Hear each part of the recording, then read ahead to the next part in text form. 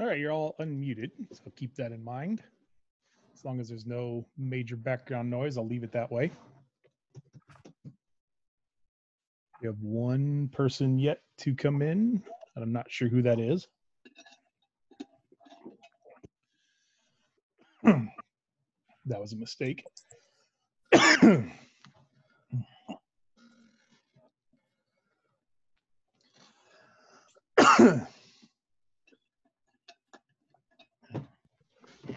Oh, there we go. Shoot. Well, let's get into the notes here. I don't really have much other. I don't have much really anything else to tell you today, other than I miss seeing you. Don't tell the other classes, but you're my favorite class. Don't say anything, Mel. But I think that was clear anyway. Yeah, so let's jump into the notes, and when we're done, I guess. Let me share the screen here. Oh, yeah, there it is right there. Got everything ready. And we're going to go back to 8.1, but I wanted to show you what we were going to do rather than using equipment. And we kind of always, this year isn't special for that. We never use the equipment for the test. We just give you these dots here and really just use the slope of the vectors to draw like 2a plus b and so on. So away we go. Let's do 2a plus b. Here's a. So I need to go up 2 and right 1, but I need to do that twice. Looks like I didn't delete this. That's actually the answer, but that's or part of the answer. That's okay. Up 2 and over 1. So if I start here and go up 2 and over 1, there's one of the a's.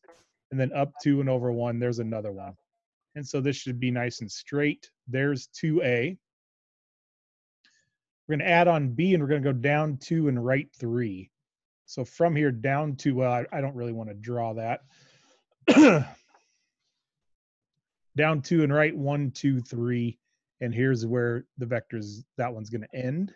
And then don't forget to draw the resulting vector. So that's actually the answer we're looking for right there. Of course, I was going to swallow wrong right before I start. A minus b. So up 2 and over 1. Now I got to go in the opposite direction of b, so I should probably start somewhere over here. So up 2 and over 1. And then in the opposite direction of b, so down 2 and right 3. So up 2 and left 3. 1, 2, 3, right there. So there's a minus b. Now again, don't forget to draw the actual answer. That's the resulting vector is the answer. Shoot. So that's how we're going to get around using equipment. Two or more vectors with the sum that is a vector r are called components of r. While components can have any direction, it is often useful to express or resolve a vector into two perpendicular components. The rectangular components of a vector are the vertical component and the horizontal component and the vertical component. In the diagram, the force R exerted to pull the wagon can be thought of as the sum of the horizontal components, force X that moves the wagon forward. So if you're pulling this at an angle, there is going to be a horizontal force acted on the wagon, and there's actually a vertical force that moves the wagon forward and a vertical component force Y that pulls the wagon upward. Well, this is section 8.1. This is really meant to, for us to pull out the equipment and measure and all that, but we're going to kind of skip that part and we're going to use, we're just going to use the calculator. So Heather's pushing the handle of a lawnmower with the force of 450 newtons. Dang it. Remind me not to drink right before class. At an angle of 56 degrees with the ground. Draw a diagram that shows the resolution of the force that Heather exerts into its rectangular components. So normally we'd actually get out the equipment and draw this and have a scale, but we don't have to do that because the X component is 450 cosine of 56 degrees, and the Y component is 450 sine of 56 degrees. So I was in radians for calculus, so I got to move this back to degrees. And we have 450 cosine of 56. And let's just do this right away. 450 sine of 56, and we'll get the two values right away. So the x, unbelievable. The x component is 251.637 if we round, and the y component is 373.0.067. Any questions? All right, moving on. Here's where it gets a little harder. An airplane is flying with an airspeed of 310 knots on a heading of 050. So this is a true bearing. If a 78 knot wind is blowing from, and that's an important word there, from a true heading of 125, determine the speed and direction of the plane relative to the ground. So if we're going to go at 50 degrees, which is kind of east, and then 125 degrees, and that's just more east, that's that way. I'm going to start this over here. So 050, that's 50 degrees clockwise from north. So it's like this.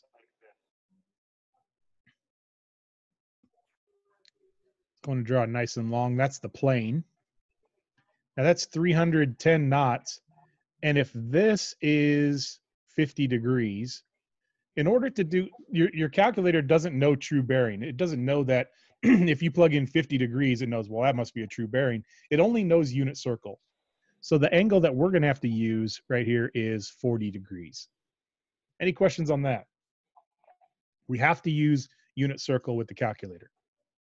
So then this is the wind. So we'll tack on the wind. We're adding vectors together. It says from, remember that's an important word, from a true heading of 125. So I want to go 125 degrees clockwise from north, but then go in the opposite direction because it's coming from that direction, not to that direction. So if this roughly is 125 degrees, that means this is 35 degrees because there's 90. And then 35 more would be 125. So it's really blowing this way, like that, where this is the 35 degrees. And that is 78 knots. Well, we still have to get the unit circle angle for that. So I need this angle right here. That's what we need. Well, if this is 30, this little piece right here is 35, these two should add up to 180. So this should be 145. We all good with that? The trick is getting those unit circle measurements. Now the resulting vector, the path of the plane, is being pushed off course by the wind. So the green is the path, is the result. So we need to add vectors together. So here's what we're going to do. I need the components of the blue. So I need the x component and the y component of the blue. And that's going to be 310 times the cosine of 40 and 310 sine of 40 degrees. So that's the plane. The wind, that's the red now, is 78 cosine of 145 and 78 sine of 145. Now, when we add these two together, that's going to be the resulting vector. So we have 310 cosine of 40. Then we're going to add on 78 cosine of 145.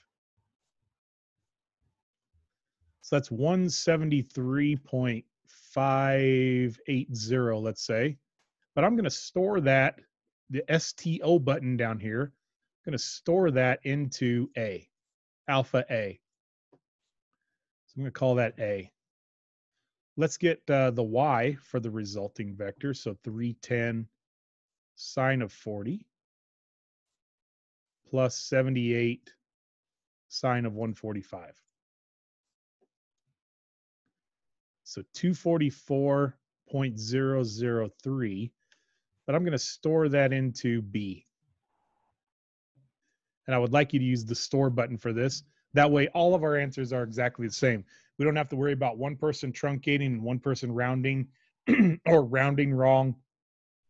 We should all have the exact same answers if we all do the problem correctly. So now I need this angle and the magnitude. So the magnitude is equal to the square root now of a squared plus b squared. So square root of alpha a squared plus alpha b squared. So in other words, a Pythagorean theorem, because really it's just a bunch of right triangles. So 299.445 knots. And we know that the angle, the unit circle angle, is equal to the inverse tangent of y over x, or in other words, in this case, b over a. Now, this is like in the first quadrant, which is a principal quadrant. This should be a nice answer for us. So inverse tangent of alpha b divided by alpha a.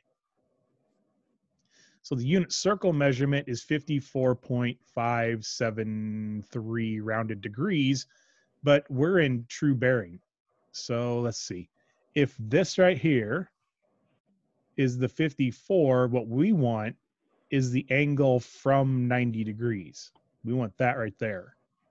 So if we take 90 minus the answer, the true bearing is, so theta is equal to 0.35 degrees. Any questions? All right, let's keep rolling along then. We're going to practice another one of those. Mitchell swims due east at a speed of 3.5 feet per second, not meters, across a river directly toward the opposite bank. At the same time, the current of the river is carrying him due south at the rate of 2 feet per second. Find Mitchell's speed and direction relative to the shore. So here's the river right here, and he's swimming straight across. I mean, he's angled straight across, right? But the current's going to drift him south. Now this is 3.5. Current's going to push him south, and this is going to be the actual path, even though he's facing straight across the river.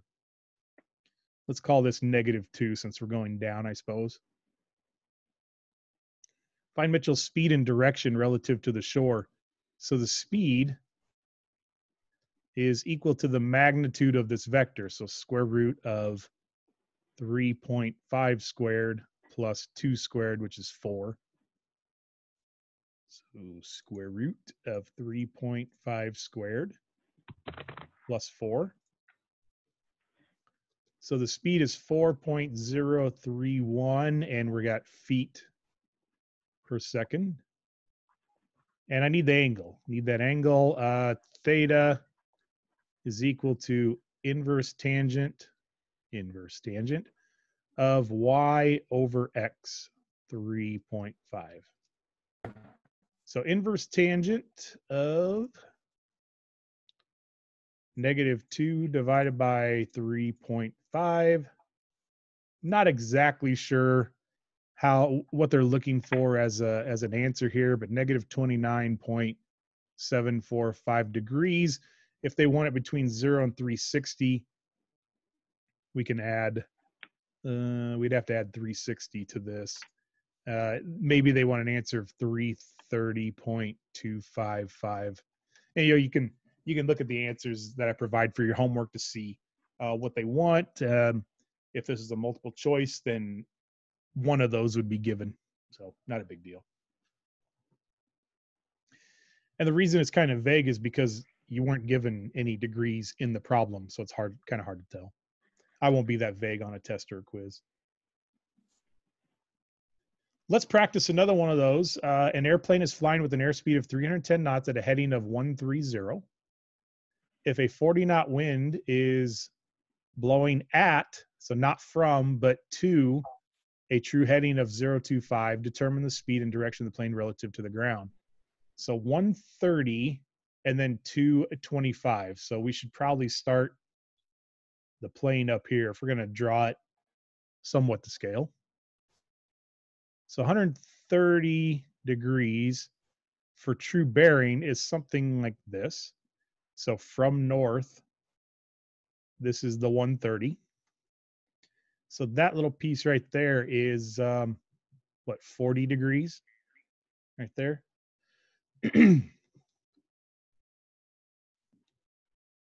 Then the wind is down here and it's blowing at or to 025. So that's from north again, 025. Let's call that 25 degrees. And that's 40. So this is 40 and the wind was 310. And we have the resulting vector right here. So here's the result going to the end of that. So there's the result. So now the wind, no, that's the plane, excuse me, the plane is 310 cosine of, I need a unit circle measurement. So if that's 40 degrees, the unit circle angle should be 320 because we're almost all the way around. 320 degrees, then 310 sine of 320. Let's see the wind. This right here was 25 degrees. So this must be 65. That's the unit circle angle that we have to use for the wind.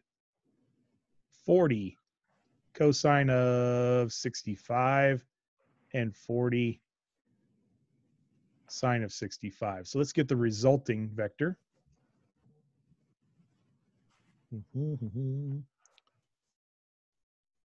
310 cosine of 320 and then plus 40 cosine of 65. So 254.379, but we're going to put that into A. Store into A. I'm going to call that A. Then how about B? 310 sine of 320 plus 40 sine of 65. Negative 163.012. And we'll put that into B. Let me store this in B and I'll talk about why that's negative. So this result, it's the component form of the resulting vector. So if we start here, if this is the starting point, then the x component for the red vector is positive, but then the y component is down here. That the y component is actually negative. So that's why we get a negative 163. So the magnitude of r is the square root of a squared plus b squared.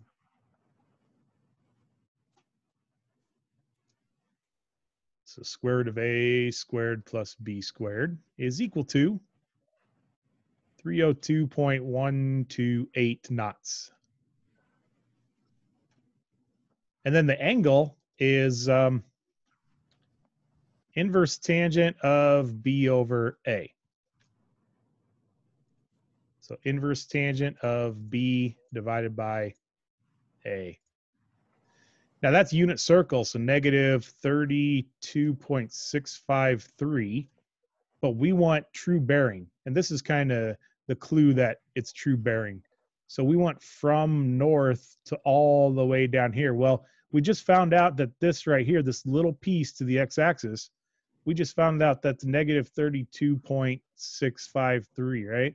So we want 90 plus 32 more degrees. So let's change that, multiply or divide by -1. Let's change that to a positive.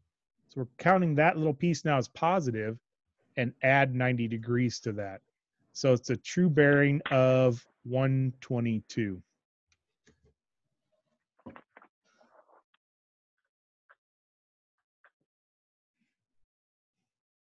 Any questions?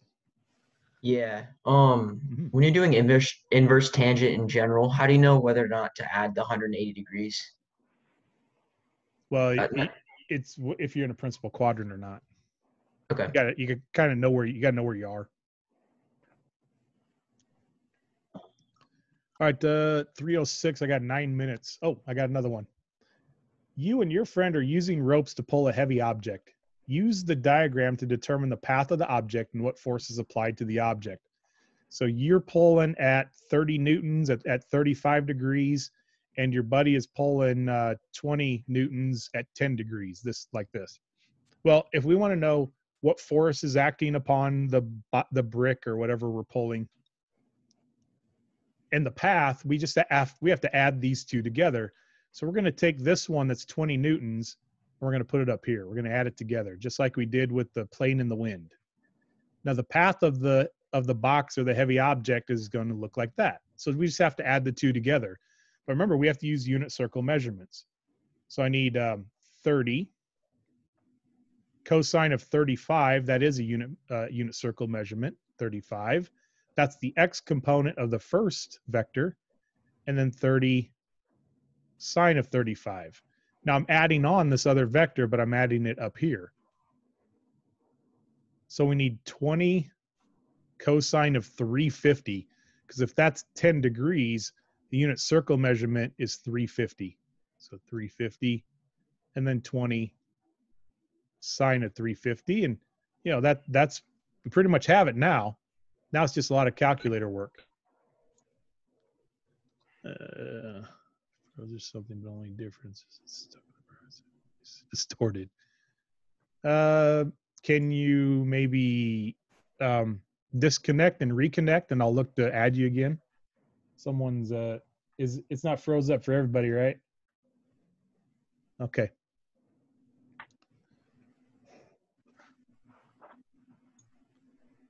$30 cosine of 35, and then plus 20 cosine of 350. So 44.271, and we'll put that into A again. So alpha, no, we got to store first. Oh, shoot. Hope that still works. Store into A. Yeah, that worked. 30 sine of 35 plus 20 sine of 350. 13.734. So I don't care what you write here. I don't want you to use rounded answers. So we're going to store that into B. What force is applied? So the magnitude of, if we call that the resulting vector, call that R there. Could admit, there we go,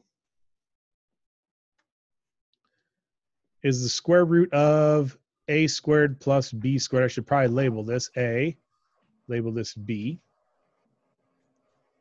So we have the square root of A squared plus B squared. So that's 46.352, and that is newtons. And then all this is a lot of the same stuff. The angle is inverse tangent of B over A, y over x. So inverse tangent of B divided by A. So 17 degrees, and that's kind of the way it's given. We can just use unit circle on this one. 17.236 rounded degrees. And there we go. So even if they aren't already end to end, you can put them end to end to see what the result is, what the resulting force is, what the resulting path is. We just need to get them end to end, and we got it, or we call it head to tail. We're at 310. I have some other review stuff. I did make a video for this, and I did those last problems. But so if you want to look at an 8.2 review, by all means, go ahead. Remember, that's there if you want to study for a test or a quiz with this as well. But I think we'll stop it here. I'm going to unmute all of you. Are there any questions for the good of the cause? Now, remember, I'm going to post this video also. So if you're having trouble seeing it or trouble hearing it, you can always go back and watch that off of my website. Just make sure every time you go to my website that you're reloading it so that you get the latest version with everything that's going on. I'm making changes quite a bit. I mean, not a lot, but you'll want to refresh every time if you can, if you remember. Any questions on vectors? I miss seeing all of you. I enjoy thoroughly. I enjoy all my classes I have. I enjoy seeing you. But we're going to fight through this adversity, and we're going to make sure that you are prepared for next year, whether you take calculus AB or BC or whatever you take, whether it's stats. We need to get through. If you're going to take BC next year, we have to get through vectors and polar, and those are the two topics that we need to get you ready for next year. And I'm sure you're going to stay on top of things. You're going to do your homework. Looks like Guy's going to finish the basement after we're done here. Throw up some drywall, get it ready. I do enjoy seeing little pieces of how you live and where you live and what your house looks like, at least a little bit. It's kind of interesting to see. I'm down in my basement. I have a couch back here. I have a bunch of photography stuff. My little hobbies, taking pictures, so that's where I kind of keep it all. But yeah, I certainly miss seeing you guys, and just stay on top of things. I know, hey, I get it. I'm in my house all the time. I got Xbox, I got computers, I haven't grown up either, so it's easy for me to sit and play video games all day because I'm a gamer too. But I got to get ready for you. I got to do my homework too. So stay motivated. Don't let the situation hinder your education, even though we're at the tail end. It's probably good we're at the tail end. I'm glad we don't have to do this for 6-7 months. The school stuff. I'm glad we can kind of see the end pretty near. It's gonna go quick. It will. But stay motivated. Stay on top of things. Keep checking my website. Keep checking your email. Keep checking Google Classroom. Website, email, Google Classroom. Make sure you're checking those quite a bit. And I'm sure you're all going to do fine. I have no doubt. Any comments, questions for the good of the cause? We're going to have an 8-1 to 8-3. We only cover 3 sections in this chapter. We'll have an 8-1 to 8-3 test, a 9-1 to 9-3 test, and then we'll start looking at what we're going to do for a final. If there's no questions or comments, that's it for today. What is today? I will see you again on Wednesday. Remember, we only have 3 days this week, so I'll see you again on Wednesday. Have a great day, and we'll see you in a couple days. Bye-bye.